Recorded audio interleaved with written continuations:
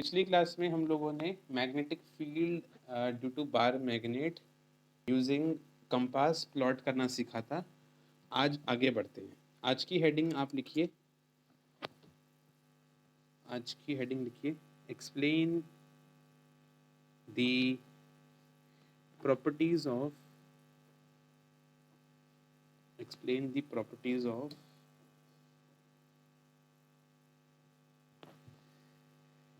Magnetic field lines. पिछली class में हम लोगों ने मैग्नेटिक फील्ड लाइंस को अच्छे से देखा था, तो आज मैग्नेटिक फील्ड लाइंस की प्रॉपर्टीज क्या होती हैं ये हम लोग समझते हैं, देखते हैं। प्रॉपर्टीज ऑफ देखते हैं तो मैग्नेटिक फील्ड लाइंस की प्रॉपर्टीज क्या होती हैं। नंबर वन प्रॉपर्टी तो बहुत सिंपल है, जो हमने पिछली क्लास में लिखी भी थी कि एक मैग्नेट के प्रॉपर्टीज क्या होती हैं। मैग्नेटिक फील्ड लाइंस नॉर्थ से निकलती हैं और साउथ में इमर्ज करती हैं, साउथ में आके मर्ज करती हैं। ये नंबर वन फीचर होता है। देखिए जी, तो अभी हम डिस्कस कर रहे हैं ना properties of magnetic field lines. देखिए, तो नंबर वन प्रॉपर्टी जो हमने पिछली क्लास में भी देखी थी कि मैग्नेटिक फील्ड लाइंस कहाँ से कहाँ निकलती हैं, नॉर्थ से निकलती हैं और साउथ में आके मर्ज करती हैं। ऐसा क्यों होता है मैंने बताया भी था, क्योंकि एक मैग्नेटिक कंपास इस तरीके से मूव करता है नॉर्थ टू साउथ, है ना। एक कंपास रखो बार मैग्नेट के पास में, तो कंपास नॉर्थ टू साउथ घूमता है। इस वजह से magnetic field lines north to south होती हैं। तो पहला पॉइंट तो आप लोग ये लिखेंगे कि magnetic field lines north to south move करती हैं, पहले की तरह ही।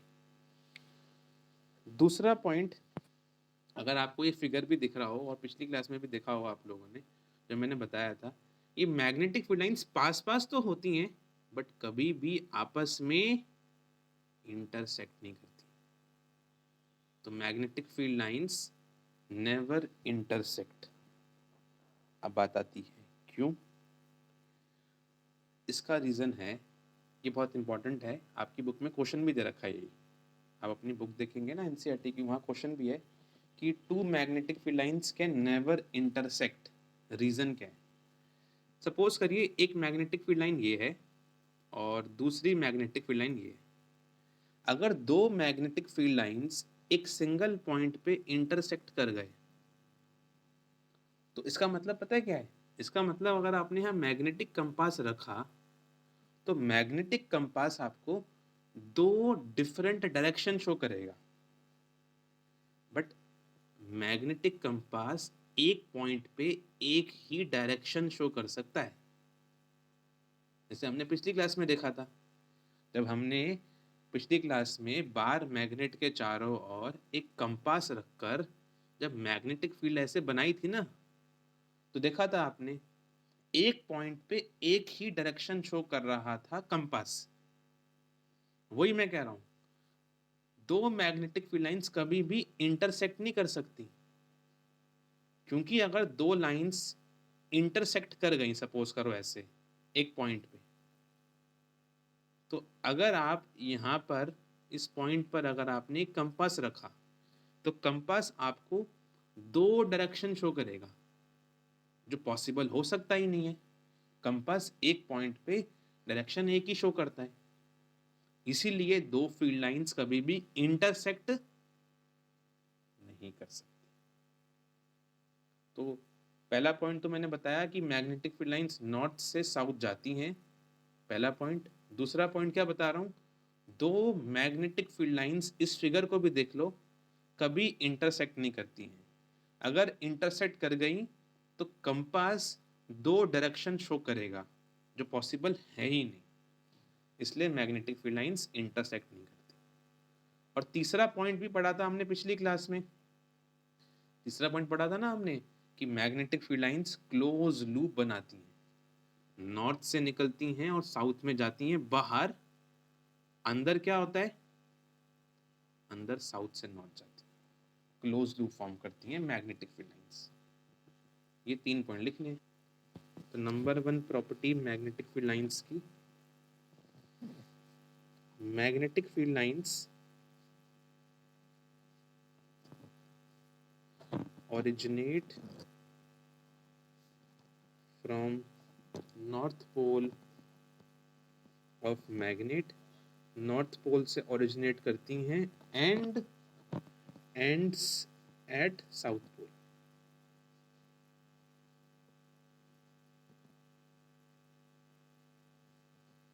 Second point, the magnetic field lines form close loop. Magnetic field lines close loop form करती हैं। outside the magnet, outside the bar magnet, they move। Bar magnet के बाहर कैसे मूव करते हैं वो लोग? N to S, north to south. And inside magnet कैसे मूव करते हैं वो लोग? They move S to N, south to north, ताकि एक क्लोज लूप बन सके। आखिरी पॉइंट, क्या दो मैग्नेटिक फील्ड लाइंस कभी इंटरसेक्ट करती हैं? नहीं। द मैग्नेटिक फील्ड लाइंस या टू मैग्नेटिक फील्ड लाइन, ऐसे लिख लो,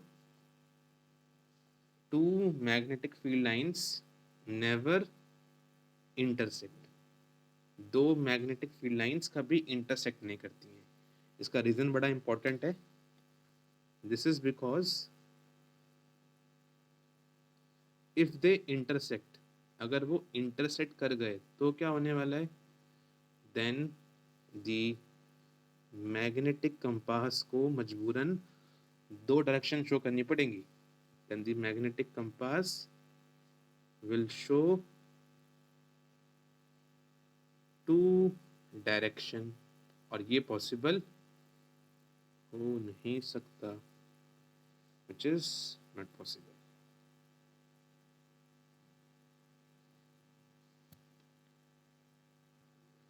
इस चैप्टर में एक एक्सपेरिमेंट आता है। एक्सपेरिमेंट ये है कि आपके पास एक वर्टिकल वायर है, एक स्ट्रेट वायर है, एक कंडक्टर है। वायर को कंडक्टर हम कहते हैं, ये हम चैप्टर नंबर 12 में पढ़ लेंगे। आपके पास एक वर्टिकल कंडक्टर है, वर्टिकल वायर है, आपको उसके through magnetic field lines form करके दिखानी है एक्सपेरिमेंटली। तो क्वेश्चन लिखिए, डिस्क्राइब एन एक्टिविटी। एक्सपेरिमेंटली एक एक्टिविटी परफॉर्म करिए to demonstrate magnetic field lines due to current carrying straight conductor. आपके पास एक वर्टिकल कंडक्टर है, उसके थ्रू आपको मैग्नेटिक फील्ड दिखानी। हाँ जी दोस्तों, तो हमारा एक्सपेरिमेंट है कि हमारे पास एक वायर होगा और हमें उस वायर से मैग्नेटिक फील्ड लाइंस फॉर्म करके दिखानी है। करना क्या है? बहुत सिंपल एक्सपेरिमेंट है। आप क्या करिए, एक कार्डबोर्ड लीजिए या कोई भी एक शीट ले लीजिए, कार्डबोर्ड ले लीजिए, और उस कार्डबोर्ड में आप क्या करिए, एक होल करिए और उसमें वर्टिकल वायर पास करिए। वर्टिकल वायर पास करिए उस कार्डबोर्ड से। फिर उस वायर को आप क्या करिए, एक एमीटर और एक बैटरी से ज्वाइन कर दीजिए। एमीटर इसलिए लगाते हैं हर बारी ताकि हमें दिखता रहे करंट कितना पास हो रहा है और कैसे पास हो रहा है। ठीक है, तो आपने एक वर्टिकल वायर लेना है, एक कार्डबोर्ड में होल करते हुए उस वर्टिकल वायर को पास करवाना है। फिर उस वायर को आपने एक बैटरी से और एक एमीटर से ज्वाइन कर देना है। बस फिर आपने क्या करना है, बैटरी को ऑन करना है और करंट को पास होने देना है। फिर क्या करना है, इस कार्डबोर्ड पे, जिस कार्डबोर्ड में आपने होल कर कर ये वायर पास किया था, वहाँ आपने आयरन फिलिंग्स को स्प्रिंकल कर देना है। आयरन फिलिंग्स आपने पिछली क्लास में देख ली थी। अब आयरन फिलिंग्स को यहाँ स्प्रिंकल कर देंगे और हल्का सा टैप करेंगे इस शीट को, तो आप देखेंगे कि इस कार्डबोर्ड में क्या हो रहा है, मैग्नेटिक फील्ड लाइंस अरेंज हो रही हैं एक सर्कुलर पैटर्न में। मैग्नेटिक फील्ड लाइंस सर्कुलर वे में अरेंज हो रही हैं, जैसे पिछली क्लास में एक्सपेरिमेंट देखा था वैसे। ये आपको ऐसे सर्कुलर मैग्नेटिक फील्ड लाइंस मिल जाएंगी। एक चीज़ और ज़रा समझिए आप लोग। अब यहाँ पर जब मैंने आयरन फिलिंग्स को डाला तो देखो आपको दिख रहा है ना, आयरन फिलिंग जैसे कंसेंट्रिक सर्कल्स की फॉर्म में अरेंज हो रही हैं, है ना, ये तो ठीक है। अब ये जो सर्कल्स की फॉर्म में मैग्नेटिक फील्ड अरेंज हुई है, इस मैग्नेटिक फील्ड की डायरेक्शन क्या है? क्योंकि हमने पढ़ा था पिछली क्लास में magnetic field has direction also, तो डायरेक्शन क्या है? तो अगर आप यहाँ पर एक मैग्नेटिक कंपास रखेंगे, अगर आप यहाँ मैग्नेटिक कंपास रखो तो आपको डायरेक्शन जो है पता चल जाएगी कि ये इन मैग्नेटिक फील्ड लाइंस की डायरेक्शन क्या है। और ये इस्टेब्लिश हो चुका है फंडामेंटली अब कि अगर हम इस वायर में करंट को दे रहे थे डाउनवर्ड डायरेक्शन में, नीचे की तरफ एरो जा रहा है करंट का, तो मैग्नेटिक फील्ड लाइंस हमेशा हमारी क्लॉकवाइज डायरेक्शन में फ्लो करेंगी। ऐसे आपको दिखा दूंगा क्लॉकवाइज डायरेक्शन में। और अगर हमने करंट को दिया होता वर्टिकली अपवर्ड, तो ये मैग्नेटिक फील्ड लाइंस की डायरेक्शन उल्टी कर दो एंटी क्लॉकवाइज। पहले से लिखते हैं, फिर ये डायरेक्शन को और देखेंगे। तो आंसर लिख लेते हैं हम लोग। पहला पॉइंट जो हमने एक्सपेरिमेंट में पीछे जो दिखाया मैंने आपको, हमने क्या लिया है, पहले एक वर्टिकल वायर लिया है, टेक अ लॉन्ग स्ट्रेट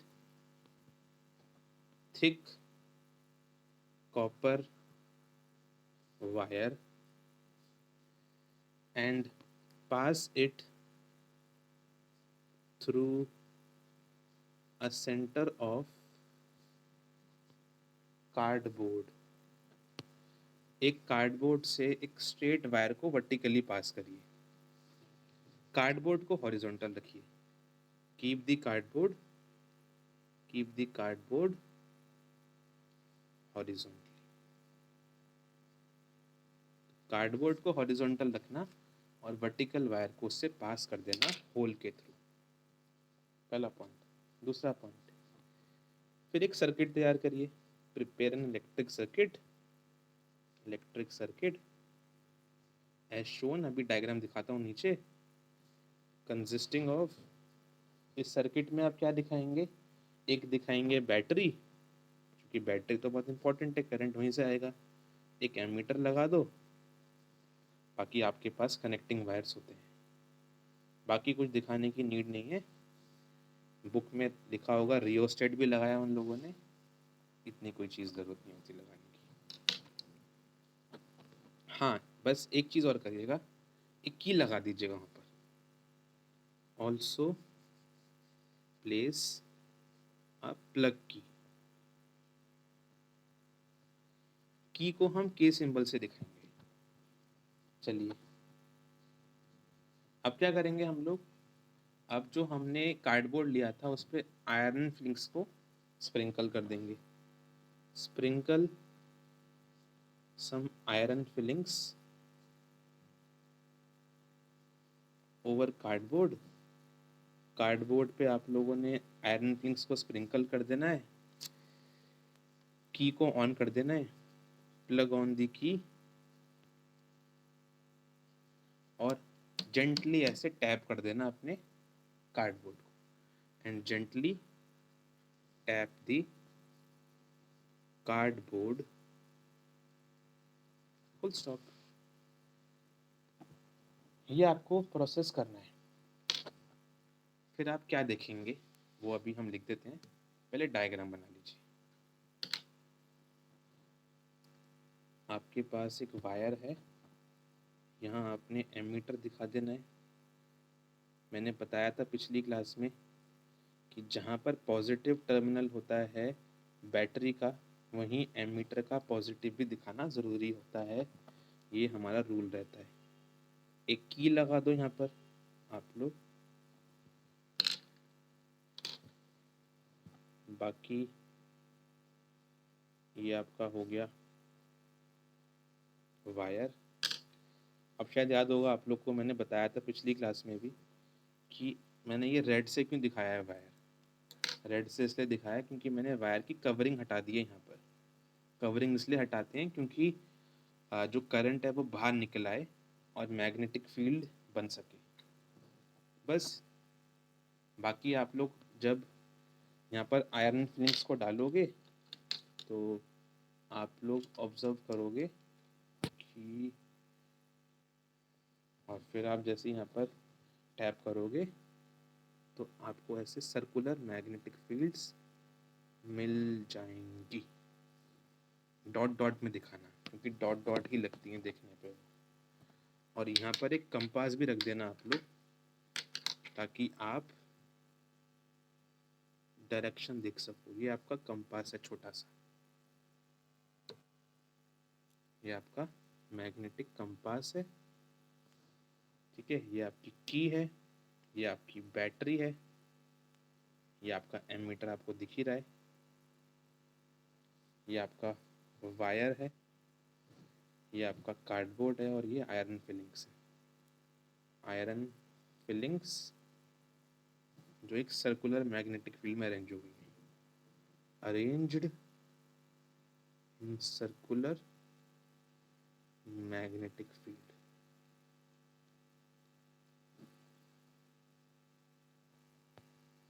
तो हमारी ऑब्जर्वेशन क्या निकल के आई इस एक्सपेरिमेंट को करने के बाद? वी विल ऑब्जर्व, हम लोग क्या ऑब्जर्व कर रहे हैं यहाँ पर? सर्कुलर मैग्नेटिक फील्ड ऑब्जर्व कर रहे हैं वायर के चारों ओर। Circular concentric magnetic field around wire या conductor.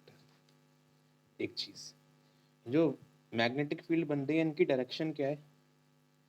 If we place a magnetic compass on the cardboard, we will observe, we will, हाँ ऑब्जर्व ही कह दो, we will observe the direction of magnetic field. हमें magnetic field की direction मिल जाएगी, ठीक है। एक चीज, और ये अब एस्टेब्लिश हो चुका है कि अगर हमने करंट पास किया होता vertically downward, on passing current downward,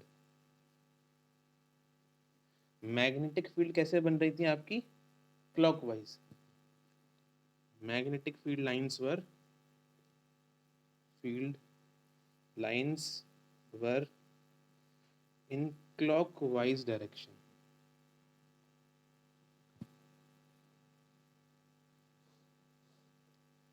and on passing current upward, vertically upward, तो क्या डायरेक्शन निकलेगी आपकी मैग्नेटिक फील्ड की?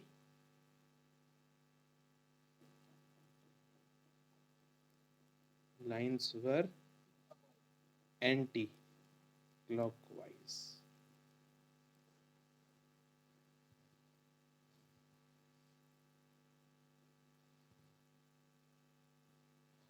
अब देखिए, जो डायरेक्शन हम देख रहे थे ना अभी, कि करंट अगर नीचे पास हो रहा था वायर में तो क्लॉकवाइज डायरेक्शन थी मैग्नेटिक फील्ड की, और करंट अपवर्ड था तो एंटी क्लॉकवाइज। ये कैसे बन पा रहा है? एक राइट हैंड थंब रूल है हमारे पास, उससे। राइट हैंड थंब रूल कहता है अगर हम अपने राइट हैंड को इस तरीके से यूज करें कि thumb direction of current show करे, अपने राइट हैंड को इस तरीके से स्ट्रेच करें कि thumb direction of current show करे, तो जिस तरीके से हमारी फिंगर्स कर्ल करेंगी, जिस तरीके से हमारी फिंगर्स कर्ल करेंगी उस वायर की तरफ, सपोज करो ये वायर है, सपोज करो ये वायर है, इस वायर में करंट डाउनवर्ड जा रहा है सपोज, चलो पहले इसको लेते हैं, अपवर्ड लेते हैं। सपोज करो ये वायर है, इसमें करंट ऊपर जा रहा है, अपवर्ड। तो मुझे पता लगाना है कि डायरेक्शन क्या होगी मैग्नेटिक फील्ड की। क्या करूं मैं? अपने राइट हैंड को ऐसे स्ट्रेच करूं कि जहां करंट जा रहा है, करंट ऊपर जा रहा है, अपवर्ड जा रहा है, तो मेरा थंब भी ऊपर की तरफ शो करेगा डायरेक्शन, करंट को। मेरा थंब शो करेगा करंट को अपवर्ड। तो जब मेरी फिंगर्स इस वायर को पकड़ने के लिए कर्ल होंगी, जिस तरीके से मेरी फिंगर्स कर्ल करेंगी वायर को पकड़ने के लिए, वो चीज शो करेगा डायरेक्शन ऑफ मैग्नेटिक फील्ड। तो इसको पकड़ने के लिए मेरी फिंगर्स ऐसे कर्ल हो रही हैं। ये क्या चीज है? ये आपका एंटी क्लॉकवाइज है।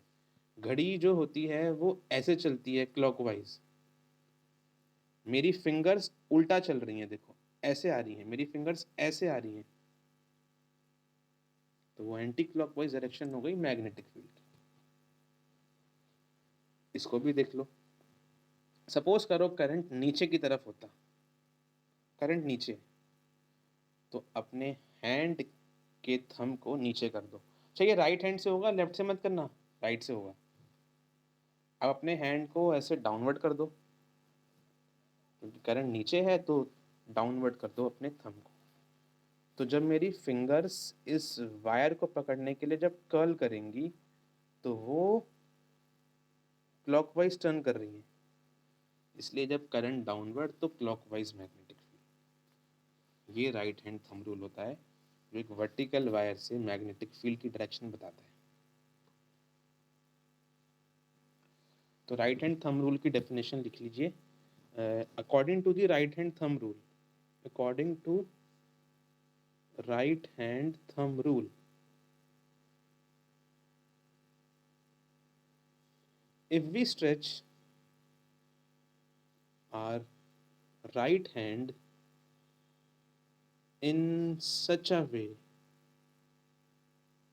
that thumb points in the direction of current, thumb current की direction show करे, then the fingers, then the fingers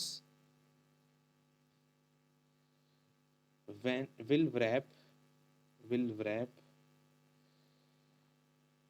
then the fingers will wrap around the conductor, around the conductor in the direction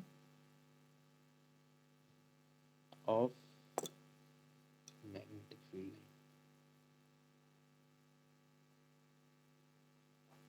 तो जब मेरी fingers उस conductor को पकड़ने के लिए, व्रैप करने के लिए जिस तरफ मूव करेंगी, वो मैग्नेटिक फील्ड लाइंस को शो कर देगा। और अंत में एक स्टार पॉइंट लिख लीजिए कि इस रूल का एक और नाम भी है, it is also known as Maxwell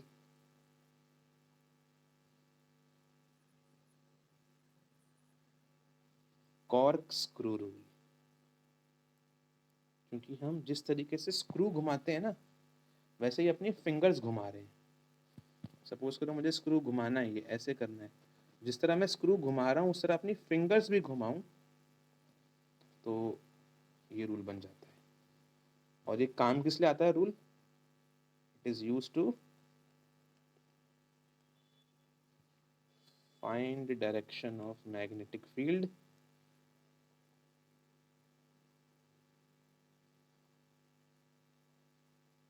by current carrying wire.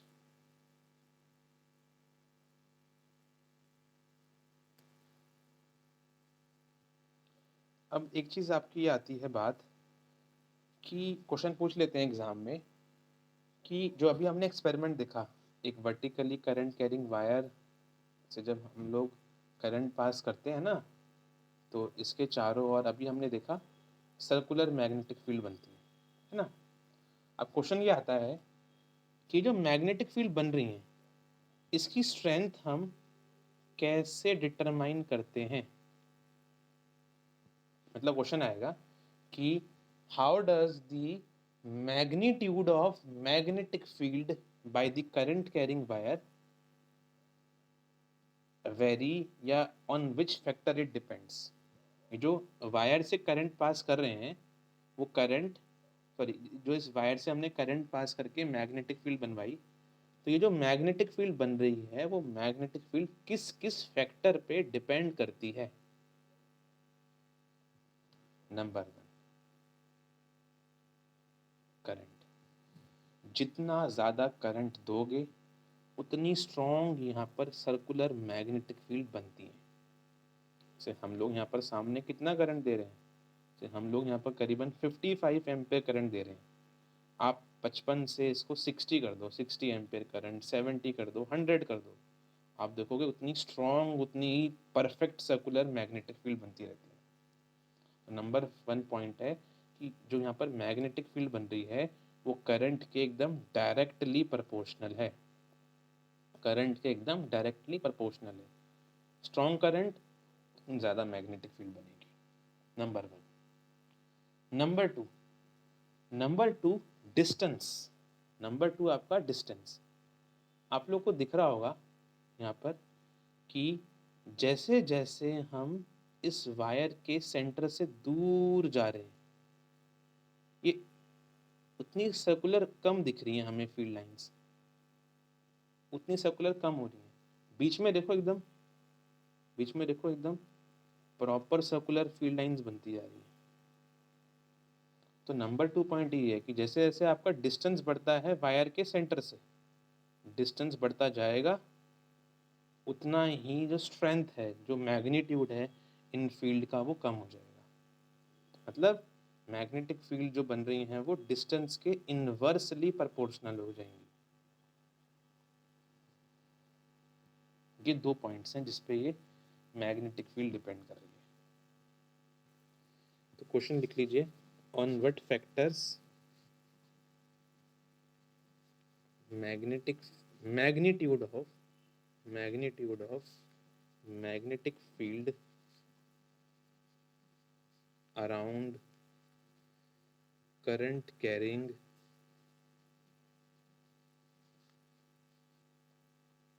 vertical conductor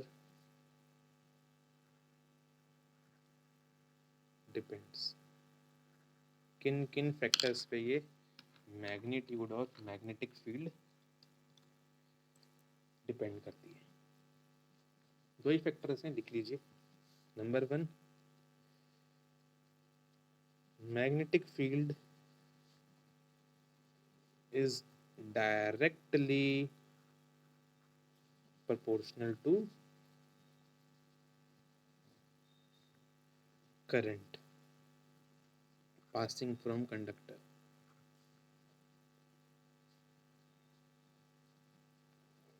मतलब that is more the current, that is increase in current leads to increase in magnetic field। First point। Second point, magnetic field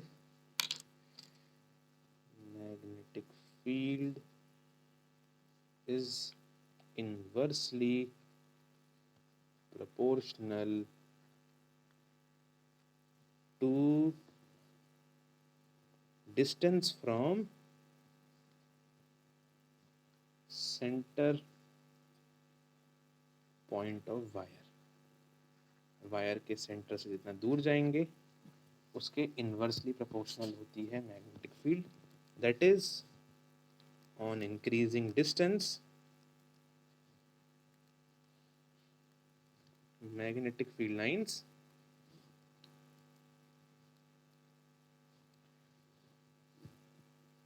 decreases.